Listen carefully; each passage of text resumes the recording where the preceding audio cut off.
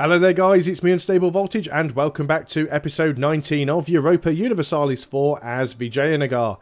We are slowly starting to eat up our neighbours, getting to a point now where we can sort of start picking on people. Wow, Sind has really been cut to shreds up here. Afghanistan is really eating into Sind. I should maybe think, who are Sind allied with? They are not allied with anybody. Should really think maybe about taking... There was a mission to take Kathiawar. Let's go ahead, because our legitimacy is not improving at any great rate. Let's go ahead and do that. So we'll cancel the mission. I don't have a free spy at the moment. Let's go ahead and see what we can do to Jainpur. Probably not an awful lot. Yeah, unfortunately, you can't really do any of these unless you have the... you either need to have a really high spy network, or you need to have the espionage ideas group. Let's go ahead and bring this guy back, because we don't really need him here. And we will take him, and we will start to build a spy network in Sind.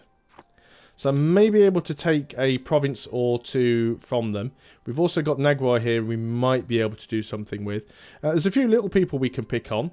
Bengal are getting quite stompy, but we do have... we've got Jharkhand here, and we've also got Gujarat here as well. So we've got two more nations that we could pick on. Yeah, Orissa have completely gone now. Orissa have been broken. So we've got two more nations here. What are you guys? You guys actually would accept vassalization. That's interesting. We could go ahead and grab another vassal. Probably not a lot of point in doing it. I mean, it would put us over our relationship limit again. And we're not going to be able to integrate for a while. Although we could feed things to them. I think we'll do that actually. Let's go ahead and... Who are you? You are building a spy network on Bengal. Let's bring you back. Let's go ahead and offer a vassalization here. I mean, yes, we will be over our relationship limit again, but we were before. So we'll grab a royal marriage, which we get. We'll go for the alliance, and then we need to start sucking up with them. So we're just waiting until the 2nd of August. There we go. Get the alliance. That gets us up to 100. Great advisor has died. So what we'll do is we'll start to improve relations as soon as we can. So basically I'm trading one vassal for another. Because once we've managed to integrate Andhra, then we'll be below our relationship limit. And then that means I'll have another vassal on the east here that I can feed other lands to, like the land that belongs to Jharkhand, maybe some of Bengal's land and stuff like that. So we're going to start improving relations here. So our military advisor that's died. None of this stuff is particularly useful. The land maintenance modifier would probably be the best one to save money, but I'd sooner have one that's going to give me 2 points per month. Let's go for the... I mean, most of them are pretty useless. We'll take the reinforced speed guy, I suppose. He's the oldest, so he's probably going to die the quickest. Our current ruler is 37. We've still got this weak claim heir, which is a really good heir, don't get me wrong. I mean, wow, the guy's a 554, but that's not really going to help us in this legitimacy issue. Let's go ahead and just unassign our leader here, because we don't really want him dying, ruling the army. I think it's only if they die in combat where you take the 2 stability hit, but we'll hold off on that anyway. 12.5% of the way through the integration with Andhra. Now that's going to give us another 1, 2, 3, 4, 5, 6, 7, 8 provinces. There we go. We've got a mission, and we've got that one, protect our brethren in Kathiawar. Fantastic. So we'll go ahead and take that straight away. They still have no allies. We do have a bit of a spy network. We could fabricate a claim on their other coastal province. They don't have much of an army. We could actually take that if it was less than 10% aggressive expansion, which is probably not going to be because it's their capital. But we could definitely take this one. Let's go ahead and move an army up there ready to deal with that. We might have to get some access through malware to be able to get there. Eventually, of course, we will go to war with Malwa, and we'll take Ahmadabad from Malwa, and that'll allow us to join all of our land together. I could just let that disaster fire if I really wanted to, but I'm not sure it's the best idea. No free diplomats. Might as well bring back the spy from Sind, because it's not like we can really do an awful lot else with them. So they've got no alliances. We're going to declare war. We're not bringing anybody in, so that's fine. And continue. Now then, can we actually get through there? Yes, we can. Fantastic. So we're going to take that province. We will have to go through and actually, you know, take out some of their forts. Yeah, we can't actually get through unless we get open access with these guys. They do actually like us, so we should be able to ask for military access.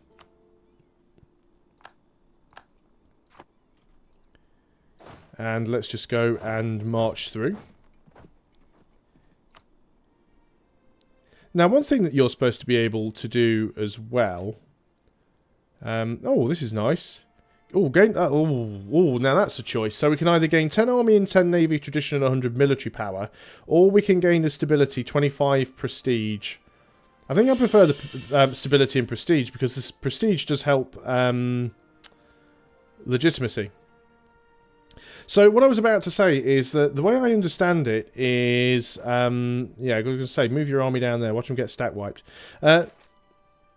Oh, and we gained another stability. Wow, within just a couple of minutes, we actually gained 2 stability. We're now up to 3. That's fantastic. What I was going to say is that I read something that says now you can actually get trade power from somebody without it costing you a slot. So if that's the case, I'd be very interested to see that.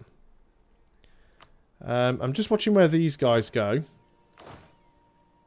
Just want to leave a man behind to keep the siege going and potentially grab... oh, I've got to go the really long way around. I'm actually moving the wrong army anyway. Moving the 1 stack. Well, okay. Let us stay up here then and take this land. We do have another army down here, although it's a little bit beaten up. We'll shift consolidate. We'll go ahead and just put our ruler back in charge. Just in case he does come down here, we can try and deal with him. Yeah, he was going back to take that land. He's probably going to have to deal with Chanda anyway. Let's go ahead and just group you guys back together.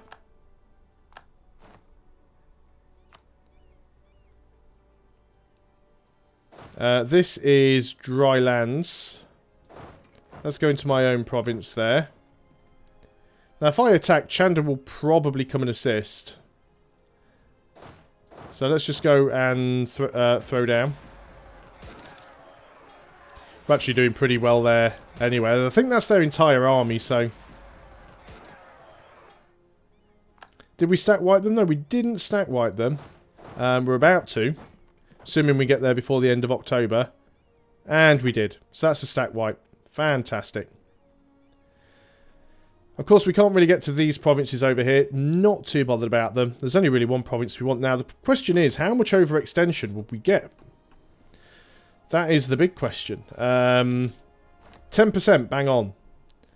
So I'm not sure whether or not that would be enough to trigger the disaster, because I think the disaster has to be over 10%. I'd love to take this province, but I've really got nothing that I can do with it. So as soon as we get a fort and they're willing to accept the peace, it shouldn't be too long. Actually, they're willing to accept the peace already. But we might as well also get war reparations from them. And how much? We don't have an awful lot of money. But we want war reps. So we're 42% of the way through taking this province. We might as well do it. So I'm really hoping it doesn't set the disaster off.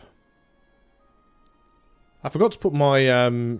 trade fleet on go home at war again, didn't I? But they're all the way over here, so he doesn't really have that sort of reach, so we should be okay. His ships are down there. He's not really causing too much of a problem. 49% chance that that's going to fall, and it has. So if we were now to sue for peace, he will give us the war reparations. I really don't think there's anything else that we want. I bet we can't make him a vassal, can we? Do you know what? We'd only need 69%. We'd only need 69% to vassalize him. Now that really would put us over our relationship limit. But I don't really care all that much. Do we want Sind as a vassal? That gives us borders with Persia and Afghanistan though, which is a little bit scary. Yeah, I don't think I'm that bothered about taking that land. So I'm just going to take that land and ask for the war reparations. And any money you're willing to give me. Send demand. So the question is that going to cause... Yep, you see, looming disaster. It is causing it, which is what I was afraid would happen. Let's go ahead and start on that core as quick as we can. Get rid of the overextension. Now then, get you back to safer territory. Prove legitimacy. I'd love to prove legitimacy. So we might just end up having to deal with this disaster. At least once it goes away, it goes away. At some point as well, we're probably going to want to take Kutch. This disaster... Yeah, it's cancelled our military access, that's fine. This disaster is really proving to be a giant pain because just having this disaster going is really slowing down the rate at which I can expand because I can't take more than 10% overextension. So how long is this going to be? It's currently at... it's at 73% and it goes up by 1 each month, which basically means we've now got 26 months left. How long is it going to take to get this core?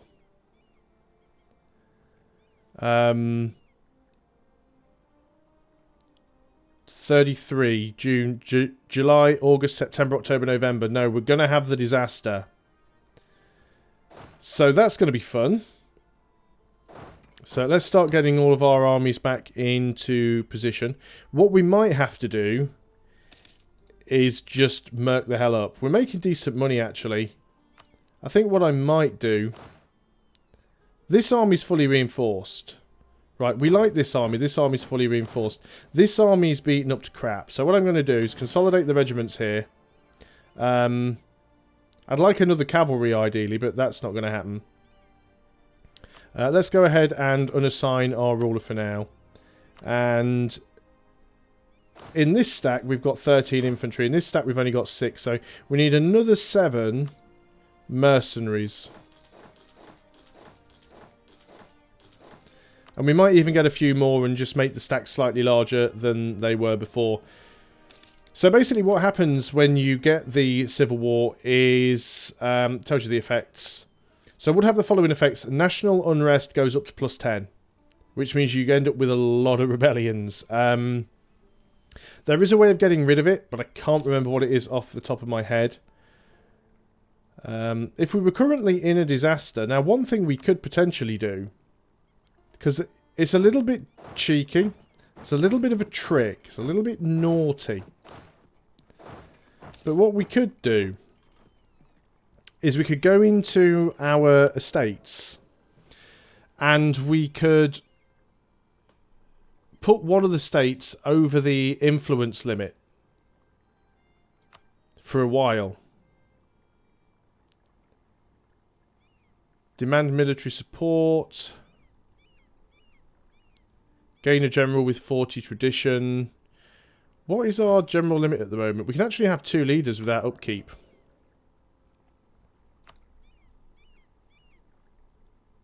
And that gives them 20 influence. So if we go ahead and do that, now they're at 78, we gain a new general. If we were to...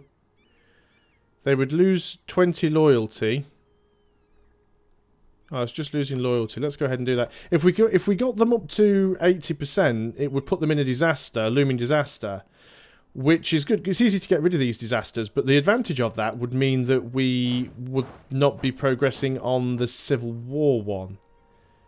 Now, they are disloyal, but that does trend upwards, so that's fine. We don't mind that too much. It is going to slow down our manpower recovery, but, you know, hey-ho, we'll just have to deal with that. Trade efficiency loss or lose 100 Diplo. It's for 10 years. Well, we're already behind on Diplo, so I guess we'll just take the trade efficiency loss there. We could take the next military idea group, but we are falling behind in tech again, so we are going to wait. The Nayaks have had something expire. Ah, they lose 10 influence. Well, that's just... that plan wasn't going to work. We might just have to deal with this this disaster. So, what have we got? Regimental camps. We don't really care about our force limit, but it would be nice if we could actually get ourselves some more manpower. So, let's start having a look around and see if we can get decent manpower numbers anywhere. 250, 250, 282, 314. We do want to keep some money, of course, because we do want to be able to hire mercenaries to deal with our disaster problems. We've also got some provincial unrest. Most of it is in Kathiawar, actually, and some in Gao. Let's go ahead and put you in Gao then, and we will go and put you in Kathiawar. It's a shame this isn't going to go a little faster. It's because this is this a state or a territory? Let's have a look at states and territories. It's only a state. Sorry, let me get that the right way around. It's only a territory. So you'd think that that one would be able to go relatively quickly, but not. Tapti, Tapti, Tapti, and that is Saurashtra. All of them are. So we should probably make both of these into states, because we'd probably gain more from doing that. This one we can. Would increase our income a little. Let's go ahead and do that. Of course, we now need to core all the provinces there, which we can do nice and quick. And then this one we can't do yet either. Lose a stability, or lose 100 ducats and gain some corruption. Well, we can do that. I don't know the point of losing 100 ducats and gaining X amount of corruption, because you get rid of the corruption by spending ducats. So it's like saying lose 150 ducats. It's just random. One corruption is going to make no difference at all at the moment. Really not liking that that disaster. Not at all. Yeah, we might have to take some stuff from Nagawa. The thing is, the moment I can get out of that disaster, then I put myself into a better position. Look, is Jaipur falling apart? No, Multan was always up there. I'm just looking further west than I'm used to. But we should be able to do some stuff. Now then, you guys, you're up to 170. How much more can we get with you? Improve relations is at 70. Once we get to 190, we can vassalize you. Jharkhand's actually lost a little bit more territory. Not sure which province it was they lost. It was probably that one. Yeah, Jharkhand considers it to be a core. So obviously Bengal is going to be someone that we need to deal with in the future. Let's go ahead and keep building a spy network with Bengal. Surprised we can't rival them yet. They are definitely going to be an issue at some point here. Surprised we've not started to see the English and French fleets turning up. I suppose maybe it is a little bit too early in the game for them to have gotten this far around Africa, but we haven't uncovered Madagascar yet either. Madagascar now has a lot of extra stuff to start with. It used to be just 3 provinces that were all terra incognita and uncolonised, but now actually starts with a lot more provinces, about 10 provinces now, and they're all different African nations, so it'll be quite interesting to see that. Still not looking forward to this disaster popping. We are regaining manpower now, which is good. That's just very good, because you are down a cavalry. You have the right amount of cavalry. Obviously, you don't want to use mercenaries for cavalry and artillery, because that's incredibly expensive. And then we're going to have to think about where we're going to expand next. I'm not even all that bothered about the aggressive expansion. It's just this flipping disaster. But as it looks like the disaster's going to pop anyway, Yeah, overextension is at least 10%. If it had been 99.9, we'd have been fine. But because it was bang on 10, we've got this disaster, which is about to pop. I mean, it's going to happen. Another 5 months, another 4 months now, and that's going to pop. The only way we could get rid of it is if I gave that core back, which I'm not going to do, because why would I? Now, what is our unrest currently? Minus 1.63. I mean, we could potentially hire the guy that reduces unrest. It's not that one, is it? One of the admin guys. Yeah, -2 national unrest. We've currently got a +1 guy who's giving us inflation reduction. Our inflation is going down, which is nice. For the sake of it, let's get the guy that gives us, first of all, +2 admin, but also a guy that gives us -2 unrest, because that'll help to offset some of the unrest that we get, and then that might make it a little bit easier to deal with the massive number of rebellions. Getting rebellions isn't a problem, as long as we don't allow them to break the country. That's the part where it gets complicated. Looming disasters at now 99%, so as soon as this next month starts, which will be in the next video, so you're going to have to wait for that one, we will have to deal with this disaster. So thanks a lot for watching, guys. I hope you're still enjoying EU4 as Vijayanagar, and I will see you guys next time. Until then, goodbye for now.